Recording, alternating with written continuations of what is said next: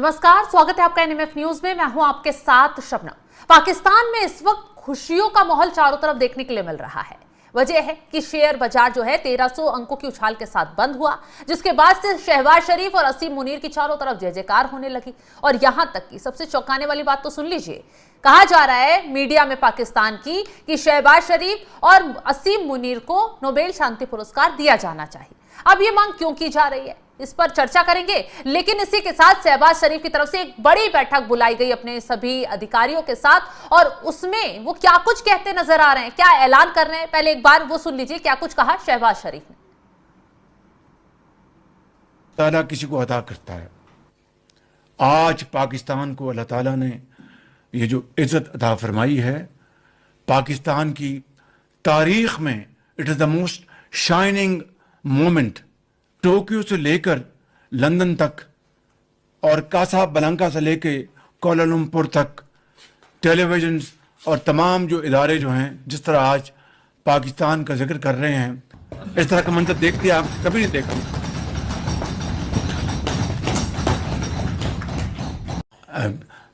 Pakistan has change forever, I am telling you, from Karachi to Peshawar, जिसे दुनिया इज्जत और तकरीम की निगाह से देख रही है। तो ये इज्जत जो दी है, ये किसी एक फर्द या हुकूमत की नहीं, ये पूरी कौम की है।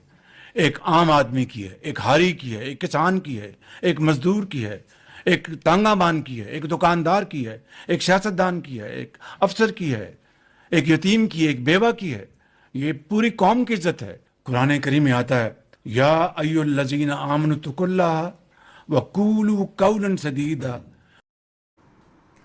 शहबाज शरीफ मीटिंग में अपनी पीठ थपथपाते हुए नजर आ रहे हैं। साफ साफ कह रहे हैं कि ऐसा मंजर आज से पहले कभी देखा ही नहीं जब पूरी दुनिया पाकिस्तान की चर्चा कर रही है। आखिर वजह क्या है, क्यों ये इतना शोर मचाया जा रहा है, इसी पर चर्चा करेंगे। चर्चा के लिए मेरे साथ वरिष्ठ पत्रकार पंकज प्रसून जी जुड़े हुए हैं। सर, शहबाज शरीफ पाकिस्तान की तारीफ करते नहीं थक रहे हैं, जिस तरीके से मीटिंग में आपने तस्वीरें देखी। आखिर क्यों पाकिस्तान इतना खुश हो रहा है, क्या ऐसा करवा दिया पाकिस्तान ने, और क्यों शहबाज शरीफ की तरफ से कहा जा रहा है कि चीन और अमेरिका उसके बिना कुछ भी नहीं है। शहबाज शरीफ ने दो शब्दों का इस्तेमाल किया इस संबोधन में कि हमारी इज्जत, पाकिस्तानी पासपोर्ट की इज्जत इतनी है कि आप दुनिया के किसी भी एयरपोर्ट पे चले जाइए, पाकिस्तानी पासपोर्ट हाथ में देखते ही लोग कहते हैं कि भाई साहब आप लाइन में क्यों खड़े हैं, किनारे आ जाइए, थोड़ा चेक करना है। तो इज्जत तो आप समझ ही रहे हैं। दूसरी बात, इन्होंने ये कहा कि नोबेल पीस प्राइज मिलना चाहिए। कल मैं पाकिस्तानी चैनल देख रहा था, उसमें शहबाज शरीफ को नोबेल पीस प्राइज मिलना चाहिए। किस बात पर? पहले तक ये सीज फायर करवाया है इस बात पे। अच्छा। और कुछ दिनों तक ये खुद ट्रंप के लिए नोबेल पीस प्राइज की सिफारिश कर रहे थे। आज इनकी मीडिया शहबाज शरीफ और असीम मुनीर के लिए पीस प्राइज की सिफारिश। लेकिन कहानी में एक ट्विस्ट है। ये तो कहानी की शुरुआत है। ट्विस्ट ये है कि कल दिन भर खुशियां मनाते रहे और शाम को इजराइल ने अब तक का सबसे बड़ा हमला कर दिया लेबनान पर मिसाइल, अब तक का सबसे बड़ा। हाँ बिल्कुल, सीज फायर तो एक दिन में रिजल्ट आ ही गया। और जब ख्वाजा आसिफ से पूछा गया कि भाई साहब आपने तो सीज फायर कराया था, और बाकायदा शहबाज शरीफ के ट्वीट में यह था कि लेबनान वगैरह पे कोई हमला नहीं हुआ। हाँ। फिर हमला कैसे हो गया, लेबनानी तो मारे गए। तो जरा सुना दीजिए कि उन्होंने क्या कुछ कहा है। इस पूरे मामले को लेकर ख्वाजा आसिफ क्या कुछ कह रहे हैं मीडिया के सामने आकर, एक बार वो भी दर्शकों को सुनवा देते हैं। इजराइल ने जो ज़ालिम जो है ढाए हैं फलस्तीनियों पे और लबनानियों पे और ईरानियों पे, मैं समझता हूँ तारीख का जो है एक तारीख बाब है, और उनको भी शामिल करना चाहिए। अगर एक मुस्तकिल अमन कायम होना है मिडल ईस्ट के अंदर, ये सारी प्रॉब्लम्स जो हैं, जिसमें फ़लस्तीन की प्रॉब्लम सर फहरिस्त है, लबनान की प्रॉब्लम जो है, ये खुली छूट जो इजराइल को मिली हुई है, उसको लगामे डालने की इस वक्त ज़रूरत है। फ़लस्तीनियों का जेनोसाइड जो उन्होंने कमिट किया, जो नस्लकुशी किया पिछले 2.5-3 साल के अंदर, वो इंसानी तारीख का एक तारीख बाब है, तारीख तरीन बाब है। और अल्लाह करे ये ईरान के साथ जो सुलह है, जंगबंदी जो है, ये पायदार अमन यहाँ पे कायम हुआ। कायम होने के बाद जो है वो इंशाअल्लाह ताला पाकिस्तान जो है अपनी सफारती जो लकात जो हैं या अपनी जो स्टेटस मिला है हमें, उसको बरूए कार ला के फ़लस्तीन में भी और लेबनान में भी, और इसराइल की जो जारियत है इसका को मुस्तकिल जो है इलाज किया जाएगा इंशाल्लाह। ये तो इलाज की बात कर रहे हैं सीधा पंकज जी। अब देखिए, ये सीज फायर का तो हो गई कहानी। एक ईरान का मीडिया चैनल है, मिडिल ईस्ट करके नाम से वो चलता है, उनका ये दावा है कि ईरान बहुत गुस्से में है पाकिस्तान से। पूछिए क्यों? क्योंकि ईरान ने जो मांगी थी उसको बदलकर चेंज कर दिया पाकिस्तानियों ने, और वो अमेरिका तक पहुंचा दिया। अच्छा। और अमेरिका के जो कंडीशंस थे उसे भी पाकिस्तान दिया और ईरान तक पहुंचा दिया। जैसे पाकिस्तान ने जो अमेरिका को भेजा ड्राफ्ट, उसमें कहा कि ईरान जो है हॉर्मुज स्ट्रीट खोलने के लिए राजी है। जबकि ईरान ने बिल्कुल राजी नहीं। ये पाकिस्तान कह रहा है हमने ऐसा कुछ नहीं भिजवाया था। उसी तरह ईरान को जो भेजा गया उसमें यह लिखा गया कि अमेरिका ईरान को परमाणु पीसफुल पर्पस के लिए परमाणु रिएक्टर चलाने की अनुमति दे रहा है। अच्छा। जबकि डोनाल्ड ट्रंप ने साफ साफ कहा कि ऐसी तो कोई बात नहीं है, हमने नहीं कहा। लेबनान के बारे में भी पाकिस्तान ने झूठ बोला, यह कहा कि भी उस शांति वार्ता में शामिल है, ईरान और अमेरिका के बीच जो युद्ध बंद होगा तो लेबनान पे भी हमला नहीं होगा, कहीं पे हमला नहीं होगा। अमेरिका ने कहा कि लेबनान के बारे में कोई बातचीत नहीं हुई है, लेबनान पे तो हमला जारी रहेगा। अब ये सारी बदमाशी पाकिस्तानियों ने की है। और एक और गलती, झूठ के उस पर मुहाने पर ये समझौते की बात कर रहा था। अरे ये जो सीज फायर कराया है वो पाकिस्तान का जो डाकिया का काम है ना, तो डाकिया ने चिट्ठी में अपनी तरफ से कुछ जोड़ घटा के दोनों तरफ से समझौते कराने की कोशिश की है।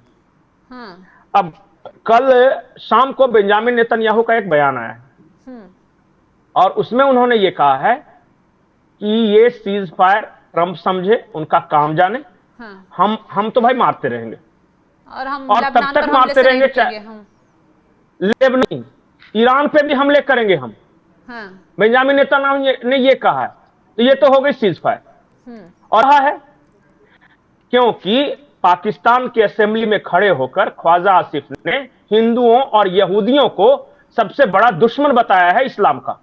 वो बयान भी सामने आया। एक बार दर्शकों को पंकज जी वो बयान सुनवा देते हैं, ख्वाजा आसिफ ने कैसे जहर उगला है इजराइल को लेकर और भारत को लेकर।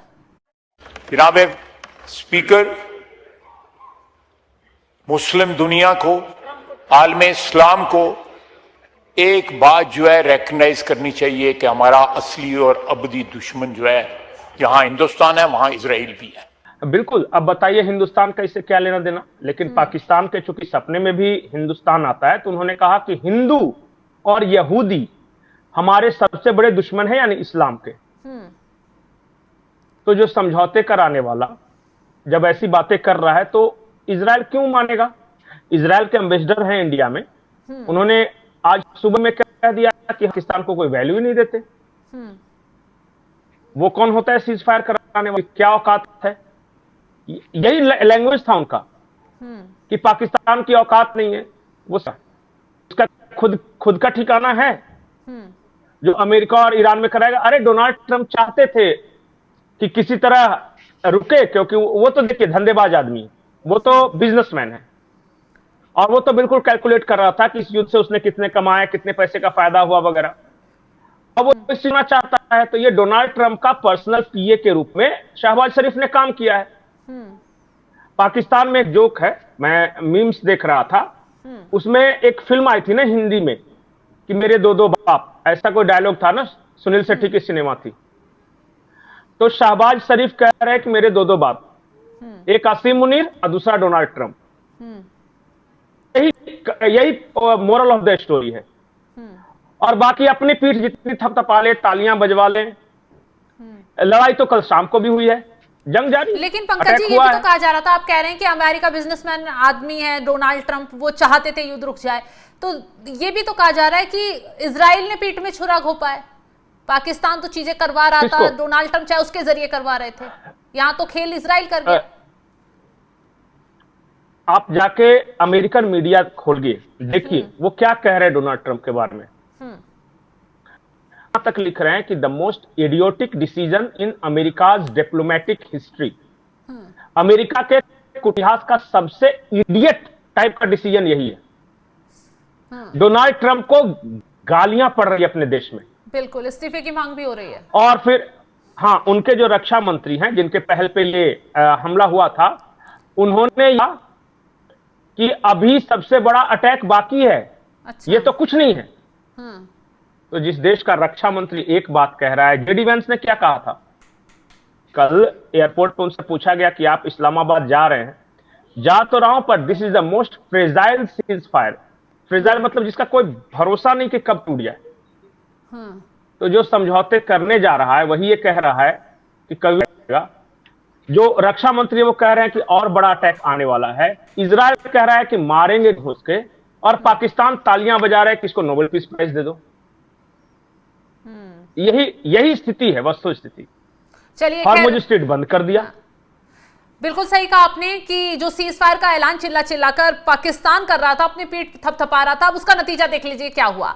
कुछ ही घंटों में ऐलान हो गया कि सीज फायर टूट चुका है। इजराइल ने ताबड़तोड़ लेबनान पर मिसाइलें दाग दी हैं और पाकिस्तान सिर्फ पीठ थपथपाता रह गया, क्योंकि उधर डोनाल्ड ट्रंप भी फंसते हुए अपने देश में नजर आ रहे हैं। और अब किरकिरी किसकी हो रही है? उसी पाकिस्तान की, कि झूठे वादे करना, झूठे ऐलान करना, झूठे ढोंग करना। पाकिस्तान की जो पुरानी आदत है उसमें वो खुद ही फंसता है। अभी तक खुशी मना रहा था, अब ये खुशी उसकी कब मातम में बदल जाए कहा नहीं जा सकता। तो फिलहाल इस खबर को लेकर आप क्या कुछ राय रखते हैं कमेंट बॉक्स में जरूर बताइएगा, और तमाम बड़ी खबरों की अपडेट के लिए आप हमारे साथ जुड़े रहें। नमस्कार।